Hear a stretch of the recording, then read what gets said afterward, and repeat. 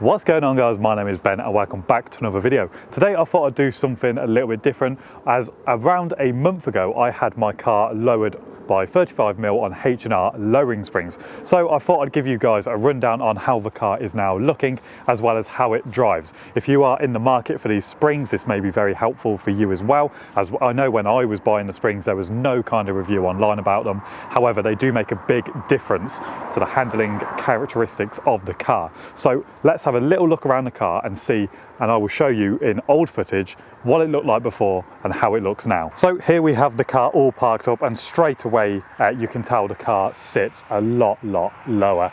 It looks way more aggressive than it did before. I'll overlay some previous shots of the car in this bit so you can see just how high it was. So from factory this car was incredibly high. It looked a bit like a Toyota Hilux, but you can see now, even though the front wheel is turned, main difference is really in the back. That sits so much lower than it did. I would like a bit more of a drop on it. I would have liked to have gone 40mm rather than 35. However, those springs just don't exist. So the car looks 10 times better than it did before, and I'm so happy with it. Even when I bought the car, the way it sat bothered me quite a lot, really. So this had to be the first modification I'd done to it, and I think just in need of some spacers on the back, and it will look very nice.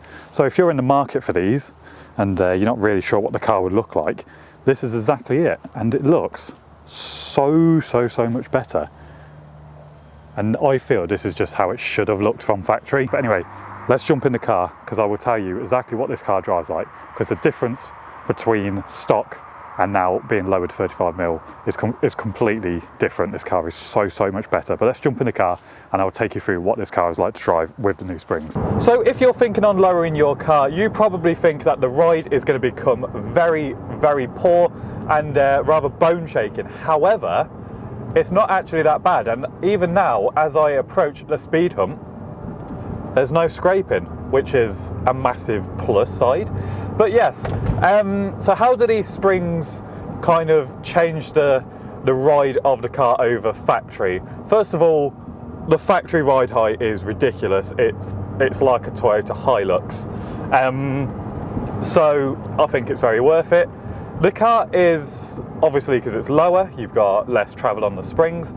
The ride is quite firm. It's quite bumpy coming down this road now. It's rather uneven. However, you don't get in the car and think, oh God, oh, it's so bumpy, I don't like it. It's not like that. And if anything, I think the springs have actually improved the handling of the car, definitely the handling, as you can imagine. If you've got one of these cars and you think already off the bat that it handles incredibly well, that's what I thought. And then I lowered it with these springs. And now, not that I can demonstrate it here, going through my village, but now when you go around corners, there is no body roll. It doesn't exist. It grips and grips and grips like it's on rails, and it's fantastic. So definitely, if you are thinking about getting some of these springs, then go for it. I think they're brilliant. And weirdly, when the car was stock, especially coming through this village, when I would come over these speed humps, the car would creak, mainly from the roof. But now, there's none of that. So the car as a whole feels a lot tighter. And even though the wheel arch gap is still, it's better than it was, but it's still there. I would say this car now looks how it should have done from the Porsche factory all those years ago. And that's exactly how I wanted it. Oh, I did scrape there. So yeah, I think now the car looks fantastic. It handles as good as it looks, and it just feels tighter. It feels, I suppose it's because you've given a 15-year-old car a bit of a refresh. You don't want to lower your car so much that you feel every single bump and it breaks your back. This is a lot better, and as I will now demonstrate coming up to a roundabout, not that you can really see it on that camera, and I can't because someone's coming, but you can take corners in this now at great speeds, and there is no body roll at all. It's fantastic. If you've got one of these, or you've driven one, and you thought that it handled incredibly well from stock, then no. When I first had this car lowered, it was like, that's the first corner I took, the improvement over the handling was night and day. It was ridiculous. It handles so much better now. Not that it handled bad in the past. However, it's fantastic. Yes, the ride is firmer, but it's not that noticeable. It shouldn't put you off, essentially. And if you're wondering about installing these springs, I was going to do it myself, but I couldn't be asked. So I paid a garage to do it. And if you want to know the kind of costs, if you are going to pay a garage to do it, it should take around 4 to 5 hours to install. So bear that in mind with their labour rates. I got the springs for an amazing deal. They were £240 off eBay. So get on eBay and have a look if you need some. I wasn't gonna do coilovers because they're really expensive, and yeah, I don't want to spend that much money. But as far as springs go, this is a great cheap mod for your car. They're fairly easy to install and they don't cost the earth. Absolutely, I am over the moon with them. They make the car handle like it's on rails. They are fantastic. And it's quite funny because now obviously you do sit lower to the ground, that getting out the car is quite fun. Having to hoist yourself up. I feel like a bit of an old man. Speaking of installation, you're probably wondering, how do you get to the rear struts? Now, I didn't make a video on this. There are plenty of videos on YouTube which helped me come to the installation process. You essentially have to put the car in service mode so you can essentially get to the engine. So that involves, you put the roof kind of halfway down so that metal piece of bodywork is kind of in the air. Then on each end there's kind of like metal ropes, I guess you can call them. You literally pull them off and then the back window will fold up. Once that folds up, you have to like hold it up with something, a piece of wood, or there should actually be some straps there so you can tie it to something.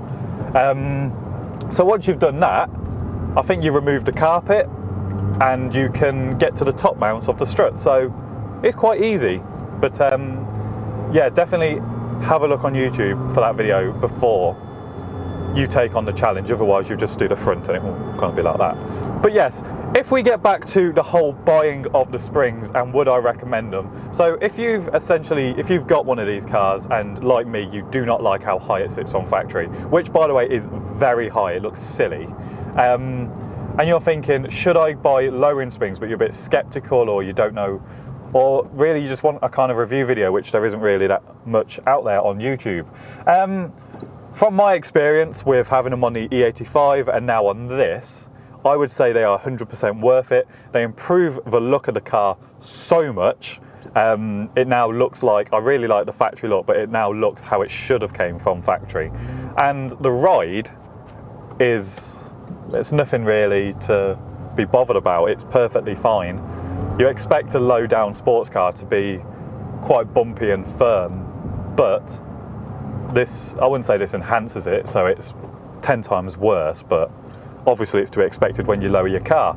So I think they are very, very, very, very good. The way they change the handling characteristics of the car, that alone is worth it. It's so good that they're not just a cosmetic, aesthetic mod, so they don't just make the car look amazing, they also perform incredibly well as well. So trust me, as soon as you get these springs installed on your car and you hit a B road for the first time, you will be amazed. I didn't think, wow, this car obviously isn't a bad handling car. It's just H&R have really enhanced the handling characteristics of the car tenfold, essentially. It is brilliant. And even coming down this road now, they've dug up kind of half of it and then resurfaced it, so it is bumpy. And my camera's not shaking around that much. Yes, I can feel it. Yes, I'm bumping around, but it's fine. So essentially, H&R lowering springs, 10 out of 10 would buy. If you're in the market for them, get on eBay, buy a cheap set, do your research, because I think I found mine £20 cheaper, love a bargain. And just go for it. Don't be skeptical. Don't be worried about the ride. They are fantastic. And in fact, 35 mil is the lowest I could find for the drop. If I had found 40 mil springs, I would have 100% gone for them, because I do think the car still needs to be a bit lower. But if you're in the market for them, go for it. Or if you have any questions about the springs or anything you'd want to know or anything you feel I've missed out, then do let me know in the comments below and I'll be more than happy to answer them for you. So then guys, that is it for me. I hope you enjoyed this short little review video on my H&R 35mm lowering springs. If you did, be sure to give this video a thumbs up and make sure you hit the subscribe button and the little notification bell so you do not miss out on any of my future upcoming content with this car. Today I am also filming a Christmas special, so make sure you stay tuned on my channel for the release of that in a couple of weeks. Thanks for watching guys.